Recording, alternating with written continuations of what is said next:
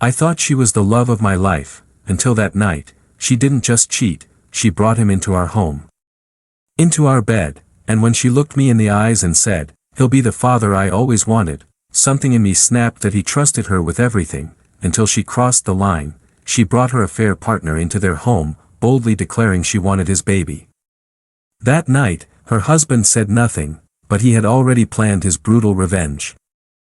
Pennsylvania's late spring is a mess. You can't predict what you'll get. It has been raining warm rain all April. The grass grew as if it were on steroids. It was a jungle by the first week this year, even though I usually don't touch the mower until mid-May. Mowing was finished, and the boom and equipment were put away. Itchy eyes. Ignorant allergies. I began climbing the stairs to the basement in order to take a shower. Froze after reaching for the kitchen door. Voices. Olivia and Kelly. I assumed they were hanging out because I had seen her car in front. However, what they said chilled me to the bone. I held my hand in midair. I should retreat. Make a proper introduction. Robert Crane is his name. Most people call Bob. Because of that old TV show, Don't Ask, it stuck. They called me Hogan when I was in college. I graduated from Penn with a degree in accounting, quickly earned my CPA, and currently manage an audit team in Philadelphia. My area of expertise is forensics. Monitoring money trails, fraud, and illicit funds. It's not ostentatious, but it pays well. I'm also really good at it. Did some work for the FBI as well. She met Kelly during her first year. Business double major and poly she. I'm already committed to law school. I swear the room froze when I first saw her. Despite having those curves, she was tall and slender like a dancer. Legs for days, a sundress, and strawberry blonde hair. Sandals. It's simultaneously hot and sweet. Like a kick to the stomach. I was finished. It took me a month to speak.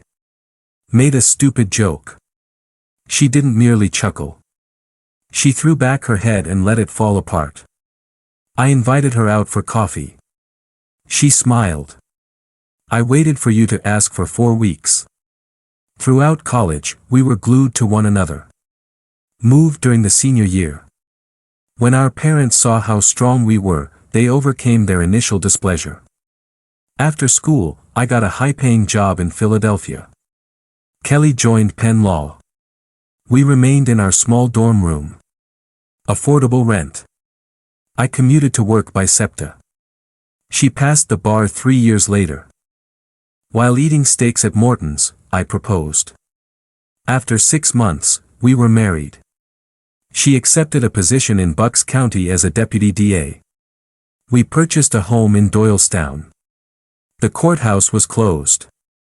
SEPTA also ran up there. Even though my commute was awful, it was better than spending hours stuck on I-95. The house was chosen by Kelly and her mother. Starter for 3 beds. Our shared office was 1 room. 1 more for visitors. For us, master. Perfect for when we have kids, Kelly said. In addition, her parents were nearby. She said there were built-in babysitters. Children. We have discussed it since our first year. Decided to hold off until her career was secure. We arrived at that point 2 nights prior to that fateful mowing session. Sat down and had a serious conversation. Decided to discontinue using birth control. Give it a shot. I was overjoyed. Afloat. My only child and I finally had the whole family we had always wanted. Life seemed ideal. Then the words that were overheard broke everything. Unnoticeable, hanging there on the basement stairs. With excitement in her voice, Kelly declared, "Hogan and I decided it's time for me to get pregnant." Olivia's high-pitched squeal sounded like a dying dolphin. That sound has always annoyed me. They were giddy with laughter, as if everything in their lives was ideal. Once more, my hand moved in the direction of the knob. I had a foolish smile on my face. That's fantastic. Kel, Olivia exclaimed. Then came the heart-stopping question. However, what will you do regarding Paul? Under me, the floor seemed to disappear. Quiet. Kelly hissed, shoo. Hogan is mowing outside. Quiet. I could see her low and flat after checking over her shoulder. It's over, I told Paul. He understands. In addition to stepping down, Grossman is vying for that Senate seat. One cannot take the chance of being caught snooping on a married coworker. It's done, and it looks awful. Make a clean break. It struck like a neutron bomb and destroyed the life I believed I had. Her boss, Paul Evans, was a widower in his early 40s. I believe he had a daughter named Barbara after his wife passed away from cancer. Charming, ambitious guys who seemed to be born to climb the political ladder. He used to be talked up by Kelly as if he were a genius. How clever his strategy was, and how slick his party moves were. I now understood why she was so knowledgeable. Everything clicked after the affair, last-minute meetings, late nights, and all those evasive justifications. Lies masquerading as employment. Really? Olivia sounded doubtful. All at once. Kel, the two of you have been hot for 6 months. Simply poof. That voice. The uncertainty. As if they were making a joke. Made me want to strangle her and rip the door off. Olivia. I knew her from Penn before Kelly and I even met. I also believed that she was a friend of mine. I suppose I've made a lot of mistakes lately. Kelly said, stop it, but she was giggling to herself. You're awful. Paul is very serious. Sure, great in bed. It just scratched an itch and was rough fun. I adore Hogan. Paul, however. What he wanted, he took.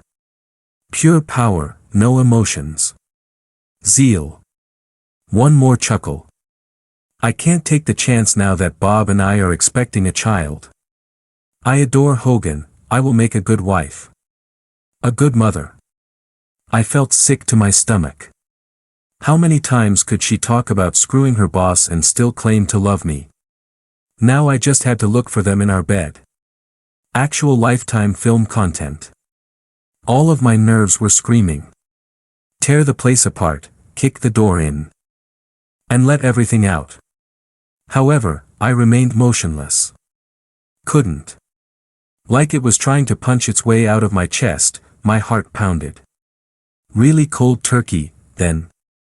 Unwilling to let it go, Olivia pressed once more. Kelly gave me that deep, throaty laugh I loved. It sounded trashy now. Well, she said smugly, not exactly cold turkey. That meeting with Paul in Pittsburgh next week? Let's just say we'll say our goodbyes in a very dignified manner. Hold on. Softer, almost dreamy, after that. God, his Johnson will be missed. But what matters most are Hogan and the baby. That was it. Another word was too much for me. It struck the chest like a punch. I didn't blow up, though. I couldn't use anger to my advantage. My training began. Icy, astute, clinical, analytical, and planning. I required evidence. To make sure they heard me coming, I stomped noisily up the remaining stairs. Allow them to sense my return to the world. I then opened the door to the kitchen. Olivia sat at the table with Kelly. On their lips, harmless conversation died. Did Kelly's eyes flash with guilt or just surprise? Are you okay, honey? She said, sounding phony. I saw tears streaming down my cheeks at that point, blending with the perspiration and grime. I croaked, allergies. Spring will be difficult. Kelly flipped into a devoted wife mode like a switch and said, ah, poor baby. Take a shower. Simply throw your clothing in the hamper, I'll give them a wash. Pollen shouldn't be all over the place. I reached into the cabinet and took out more Claritin D, now everything felt sick, like a twisted performance. I muttered, thank you, and went upstairs to start kneading. I wasn't merely cleaning the grass, I was cleaning the lie away. I left before Kelly woke up on Monday morning, claiming to have an early meeting. Disliked the phony morning ritual, I couldn't get their words out of my head while riding the train into Philadelphia. My spouse. Cheating, not a single mistake. 6 months. Chilly, calculated. She's cutting it off now. It could ruin his chances of getting into the Senate. Not because she feels bad. Moreover, she wants my child. We had nothing real. Predetermined. I didn't even see it either. I work as an accountant. Risk assessment is my life. And this? The system as a whole failed. There was no breach of trust. It was complete and utter demolition. She didn't simply betray me with her choices. They were blatantly disrespectful. For myself. For our union. For all that we were constructing together. Work was a fog. Spreadsheets became hazy. The figures flowed together. But in the back of my mind, I kept thinking. I had nothing. I heard only words. Denying is simple. No evidence. She would lie directly to my face and spin it if I confronted her right now. Paul Evans, too. I would be steamrolled by him. The men locked in. Linked. Honored. My word against his. I would be crushed. It would be a financial suicide to take him to court. He was feared or owed by every judge and lawsuit in 5 counties. To safeguard his Senate candidacy, he would bury me. Considered going. Simply gathering my belongings and beginning anew. However, the house. Equity was scarce. Kelly was unable to pay the mortgage on her own. Now a forced sale. Foreclosure would be a possibility. And me? An accountant with poor credit? Career ending. My entire profession is trust. I found myself in a corner. The sole means of escape. Obtain the kind of evidence that no one could dispute. How about 3 days in hell? At home. Did you play it cool? Behaved normally. Acted as though nothing was wrong. I looked in the interim. Silently. Her laptop. Cleaned with a cloth. Not a single burner email. No dubious folders. A closet. Nothing. No odd underwear hidden away. Acknowledgements. Dull. Nothing is out of place. Similar to pursuing a ghost. Either I had been blind, or she was extremely slick. Perhaps both. She then calls my office line on Thursday afternoon. As cheerful as ever. Guess what, honey? Paul is inviting us over on Friday night. Large-scale announcement celebration. His Senate debut. A great opportunity to see them up close, of course. Friday night arrived. Evans had a full-blown flex at his estate close to Washington Crossing. A huge mansion with immaculate lawns and a horse farm in the back. In the backyard, a huge white tent took up residence. And Paul Evans was there. On stage, everyone is grinning and shaking hands like a cheap king. As if she were his prize pony, he glowed at Kelly. You made it, Kelly. Fantastic. A quick peck on her cheek. My stomach turned. Then, with smug eyes, he turned to face me and held out his hand. It's good to see you, Robert. You know, without your wife, I'd be lost. He gave a smooth, phony laugh. However, I've heard I'll soon have to part with her. You have a baby on the way. One more laugh. When you're finished, could you please let me borrow her? No offense, Kelly blushed. The way he spoke, as if she were his to borrow. No respect, no shame. I wanted to punch him in the face with my fist. Paul, who knows what lies ahead? Flat and dry, I said. I use the same tone when I deliver unfavorable audit findings. His lips quirked, just a little. Kelly gave me an elbow and muttered something about me being impolite. As effortlessly as ever, Evans turned to face the next group of guests as if we were already yesterday's news. Then we found ourselves gazing at his daughter. It appeared that Kelly was smaller than Barbara Evans. Yes, it's still pretty. Barbara, though. She was present. Grin like a star, your aurora hair gleaming in the spotlight. Paul Evans had everything planned out. A knockout daughter with a law degree, gymnastics medals, and a remarkable charm, a deceased wife who became a saint. Gold for politics. It would be devoured by the press. Barbara, Robert, jumped in, hugged me. And lit up. Not your typical hug in social situations. This was deliberate, slow, and full body. She barely had time to register her curves as they pressed against me. You look fantastic. It makes sense why Kelly hides you. You never attend these gatherings, I have to quit working so hard. With breathless charm, she bragged, it's bad for you. I mumbled something about how beautiful she looked as I stood there, confused. Then it dawned on me. 2 items. Quick, she never gave Kelly a glance. Which parties are they?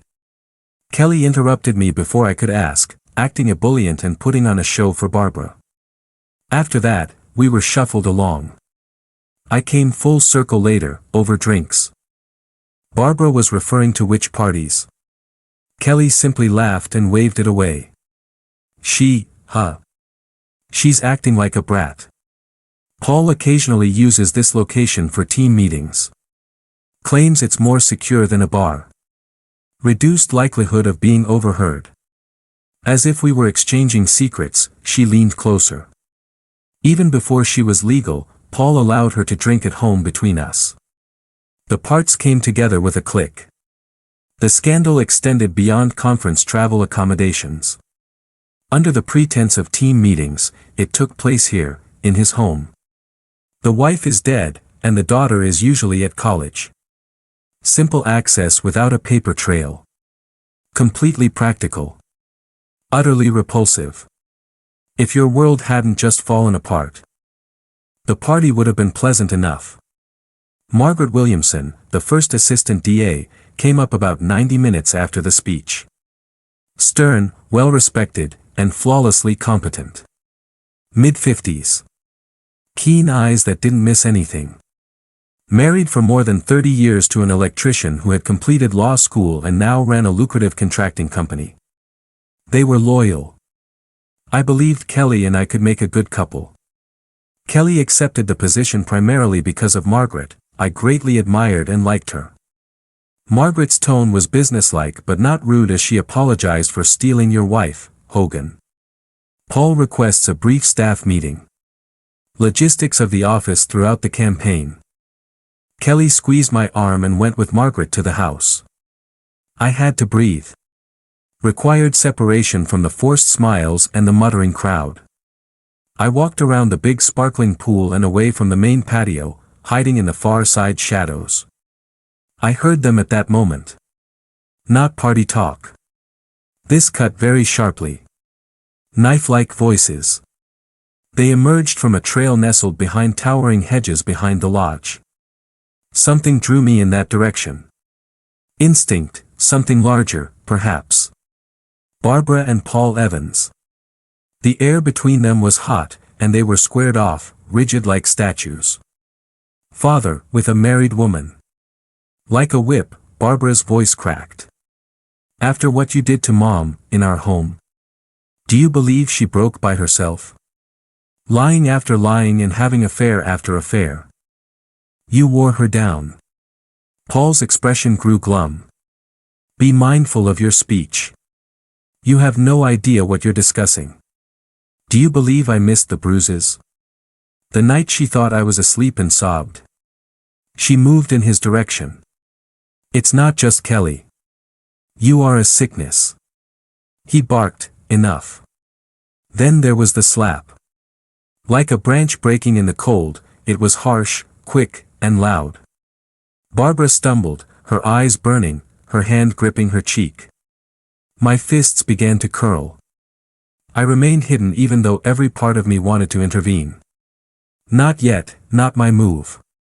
Paul snarled, unless you want to lose everything, you don't say anything about my life. You understand? Barbara remained unflinching. She trembled but did not break her voice. Your dirty money is not what I want. Mom left me her own. I'll be all right. Paul stepped forward, straightened his suit, and remained cool and collected. Barbara, you will regret testing me. That touched down. As if someone had just pulled the floor out from under her, I watched her flinch.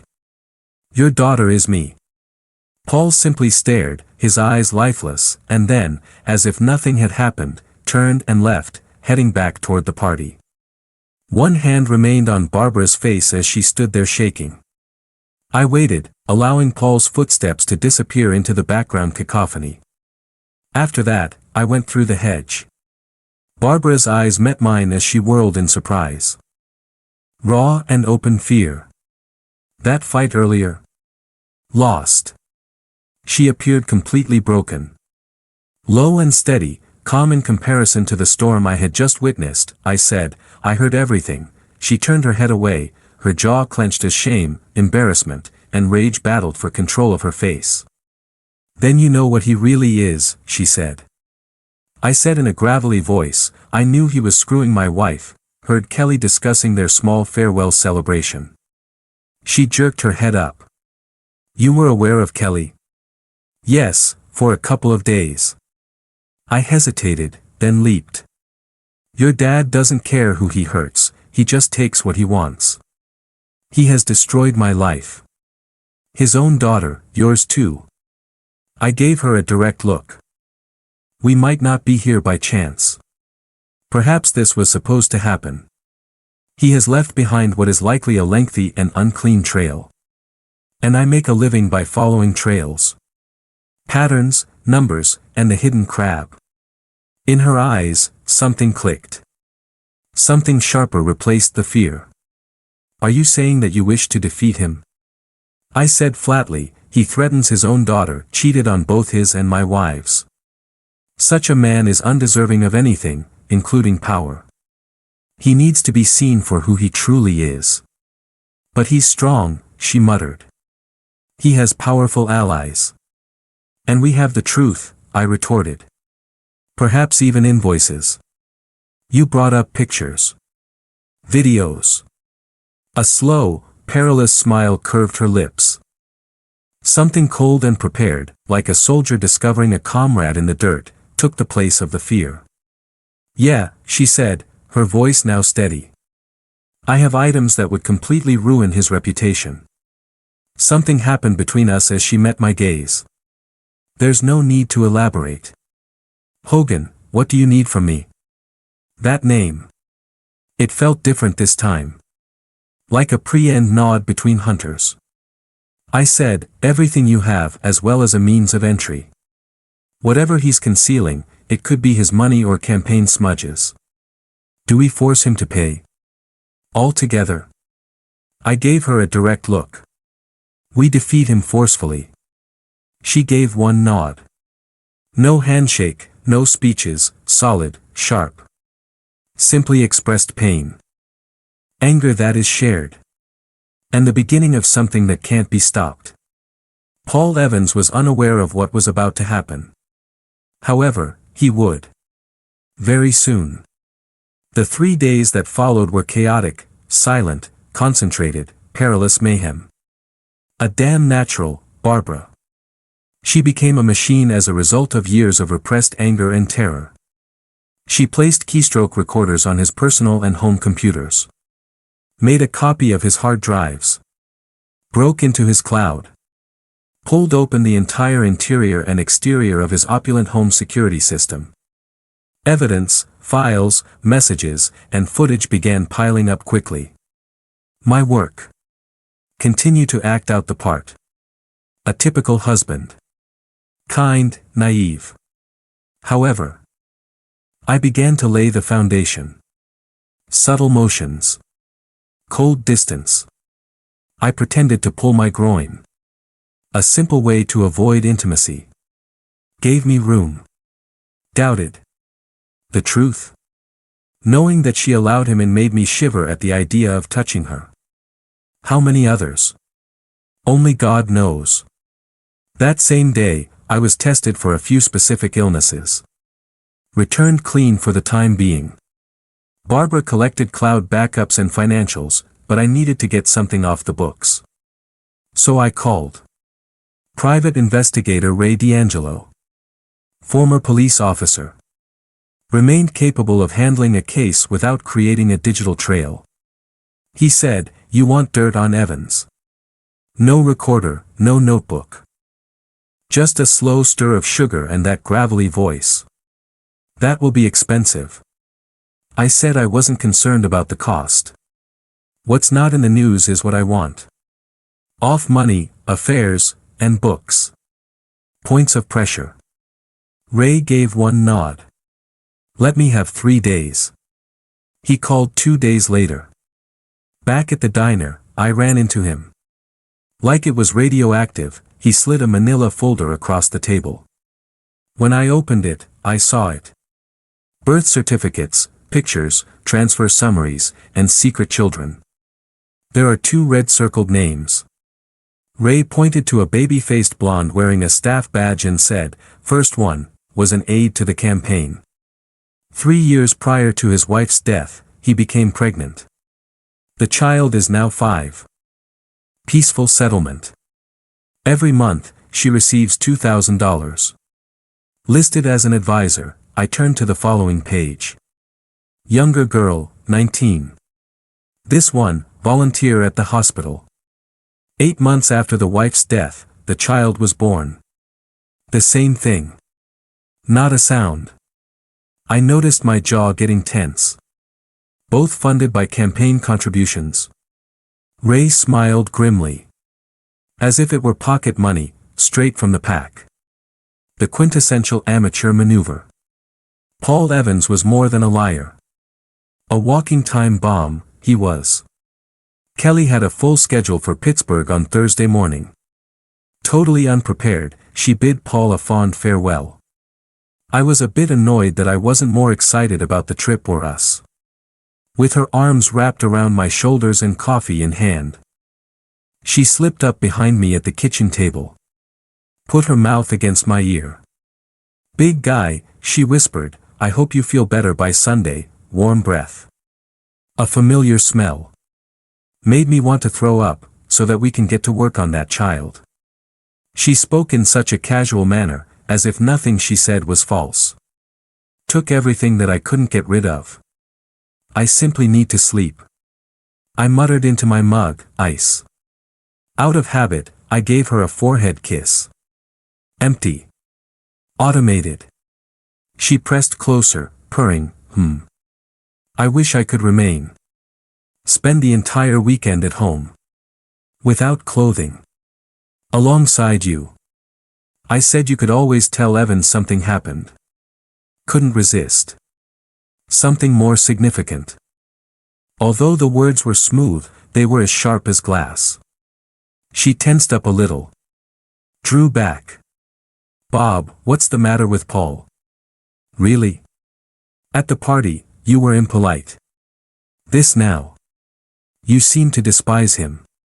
It's time to start swinging. Only a little one. Give her a break." I gave a shrug. Played it easy. To be honest, I don't like guys like Evans. Too many big shots have fallen, in my opinion. They are not as bulletproof as you may think. She hesitated. I continued. Selling a dream, small pond, big fish. Similar to that mayor from the previous year. Screwing around, embezzling, and ending up in federal prison. The family is in ruins. I take a sip of coffee. Leave it hanging. That's how Evans feels. He arrives in D.C. In a week, he will be pursuing interns. That kind of guy. Wheels come off all the time. I gave her a look. Deadpan. I don't want to be close to the collision when they do. Stunned, Kelly stared. She had previously heard my professional cynicism, but it had never been directed at her lover or mentor. That's horrible, Hogan. Paul is a decent man. He has accomplished a great deal.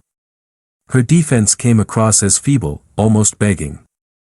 Outside, a car horn blared.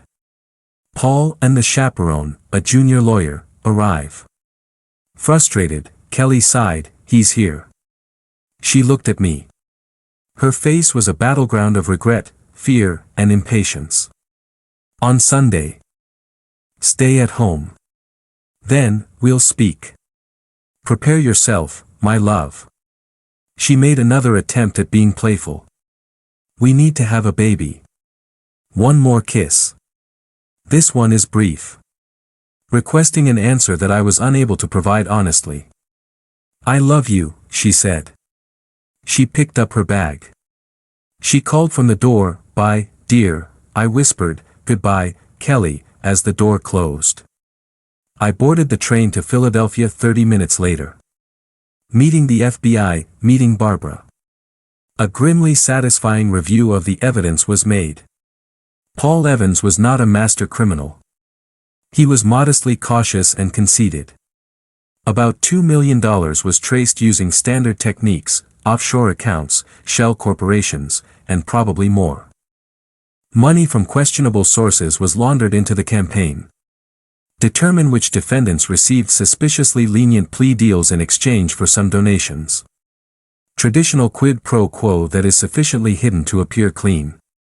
The idea of secret children shocked Barbara. He had always been a monster to her. We had evidence now. My FBI contact Gary met us at the Philly field office in a back room. Eyes keen, clipboard in hand. Okay, what do you possess? Sliding over the drive was Barbara. Security footage, messages, and financials. I accidentally discovered it while looking through Dad's cloud backups, I added, innocent curiosity. After plugging it in, Gary browsed through the folders and froze on one. Jesus. Campaign funds, hush money, and secret children. I asked if it was clean enough for court. He nodded slowly as he leaned back. It's a treasure trove. Will you move on it? Wednesday is the deadline for subpoenas. Perhaps earlier. Barbara folded her arms. Gary grinned and said, he's running for Senate. Not for long, yes. Rats will quickly jump from that ship. Kelly called on the way home by train. Check in early. Plans for a large dinner, a late night, etc. Code for another night in Paul's bed, no doubt. I was preoccupied and kept my answers ambiguous. Casually brought up. I just met with some agents from the FBI.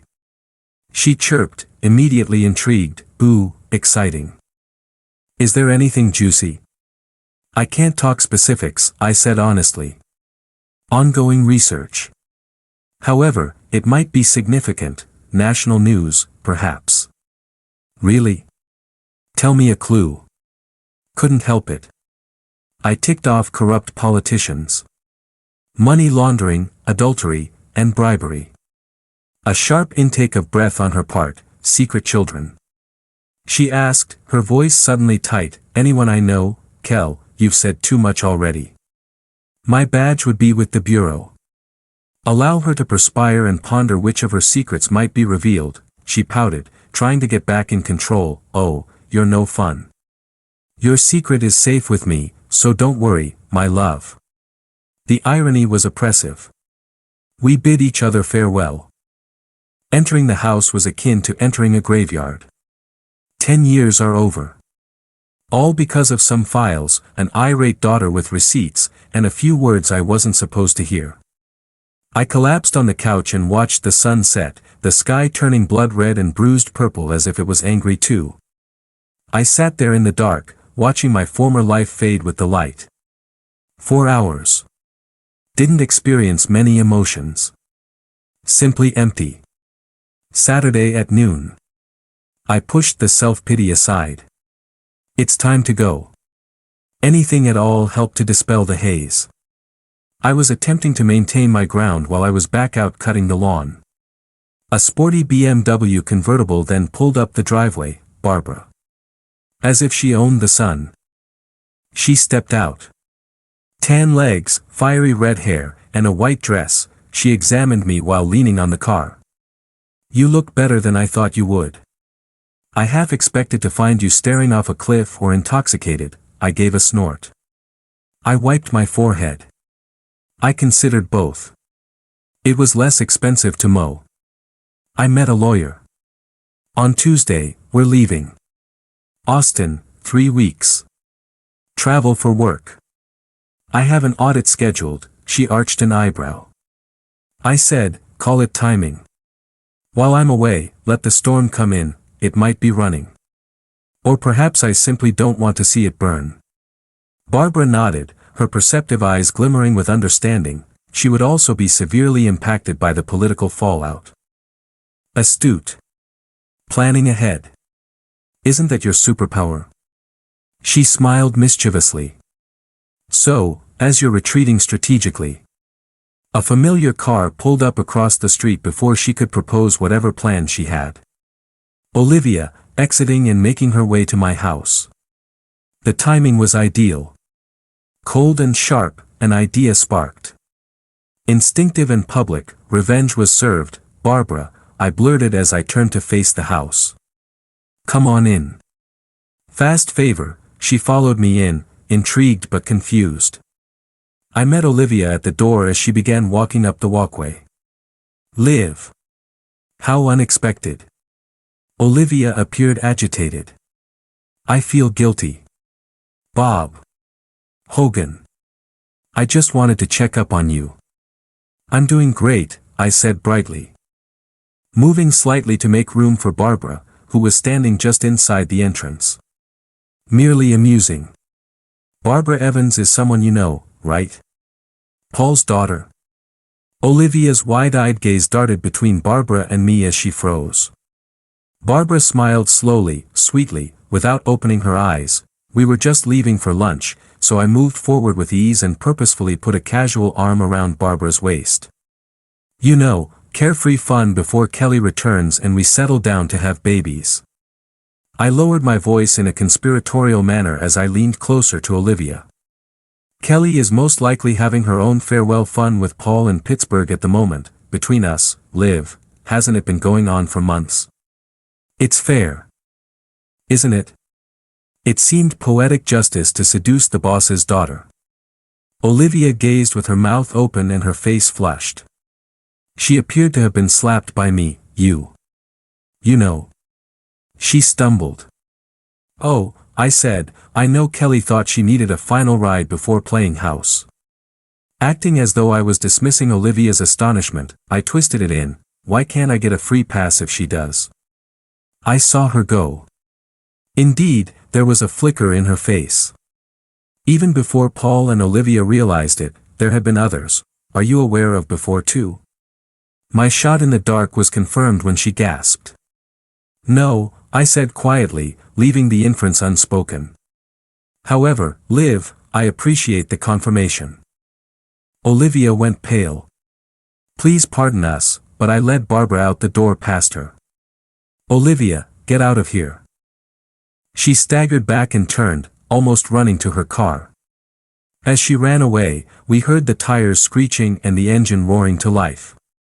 Well, Barbara said, gathering herself, a gleam of laughter in her eyes, it was enjoyable, but I believe you also blew up her world.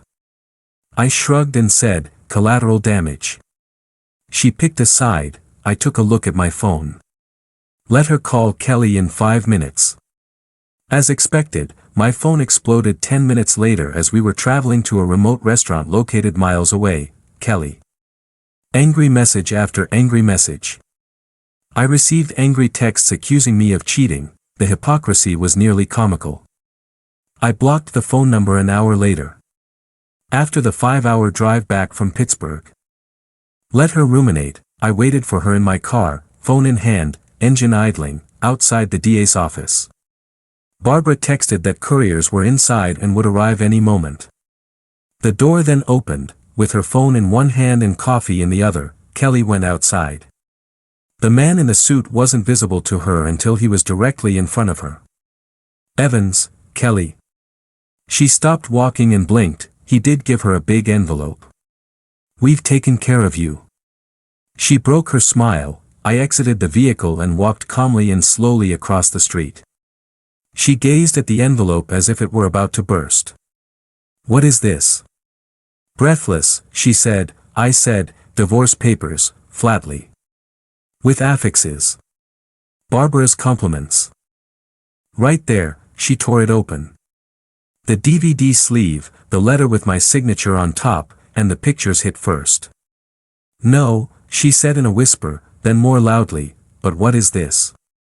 No, no, no. You're not capable of doing this. People were looking. Excellent. Did you follow me? Did you spy on me? She yelled. No, I replied. Simply put, you weren't as cautious as you believed. Paul was worse. Her fingers shaking, she flipped through the papers. Her voice cracking, she yelled, these are lies, I'm going to sue you for it. First, you'd have to show it's fake, I said. Which isn't the case. Her eyes were wide as she gazed up at me. Now pale. Whispering, she shook her head, this isn't how cold you are. You're not this person. I said, you never knew me, that was the issue. Then she fell to the sidewalk, her knees slamming into the concrete. People hurried in. Before her head hit the floor, a paralegal grabbed her. After a moment more of standing, I turned and headed back to my car. Didn't turn around. Paul Evans' big day, the start of his Senate campaign, was scheduled for that day. The hotel ballroom was crammed with people. Reporters, donors, and cameras, typical arrogant power brokers giving themselves a pat on the back. Somewhere in the wings was Barbara. Well-groomed, steady when under stress. Under the lights, I watched Paul pretend to be a game show host from my seat in the second row. Directly behind the press pool. Standing next to him was Margaret Williamson, stiff posture, tight smile. She gave me one look. The signal. I stood up when it was time for questions. The microphone came to me. The room fell silent. I said, Robert Crane. Accountant for forensics. Paul's expression went cold. I would like to ask District Attorney Evans a question. One I believe should be addressed for the benefit of the electorate. The atmosphere changed. How many campaign funds were diverted over the past 7 years to compensate the mothers of your 2 undocumented children? Dead silence. Paul's mouth opened. However, the words were never heard. 4 agents entered from the rear of the room. Badges up, guns visible, sleek suits. They didn't wait. You're being arrested, Paul Evans. Conspiracy, fraud, misappropriation of public funds, and obstruction of justice. He tried to push past, argue, and spin. However, they quickly seized him. He let out a scream. About setups and lies, but no one took action. As they pulled him past the podium, flashes burst forth. Cuffed, tie twisted, jacket falling off his shoulders. Live, on all of the major networks. Barbara just watched without saying anything. Sharp, calm, and then walked out in silence. Margaret took the microphone, cleared her throat, and moved forward. Criminals are not protected by this office. The room erupted in sound. Shouts, questions, and mayhem. My divorce was swiftly and quietly finalized. For days after being served, Kelly signed everything, accepting the 50-50 split and requesting only an opportunity to apologize face-to-face at a time when things weren't so acrimonious. She reaffirmed her love for me in her letter. The words are empty. Ellen informed me that she had left the DA's office and relocated to the Midwest to live with an aunt. Lost. My profession. Left. I received public recognition for the analysis from the FBI. Huge victory. My company took it, placed me in charge of a new white-collar crime unit and promoted me. However, I was driving home from work a month later. A long day. Nothing out of the ordinary. I just drove the same meandering back road every night. Before the sharp bend close to the old mill, I applied the brakes. Nothing. The pedal fell directly to the ground. No sound, no warning, dead brakes only. I hit a tree after yanking the wheel and swerving off the road. The airbag went off, my car was totaled, but I only had bruises. My phone buzzed while I was still sitting there, stunned. Unknown figure, just one text. This is from someone you know. Keep an eye on yourself, that cold I hadn't experienced for weeks. I returned with a bang. Paul was imprisoned. His people are still out there, though, they weren't finished either.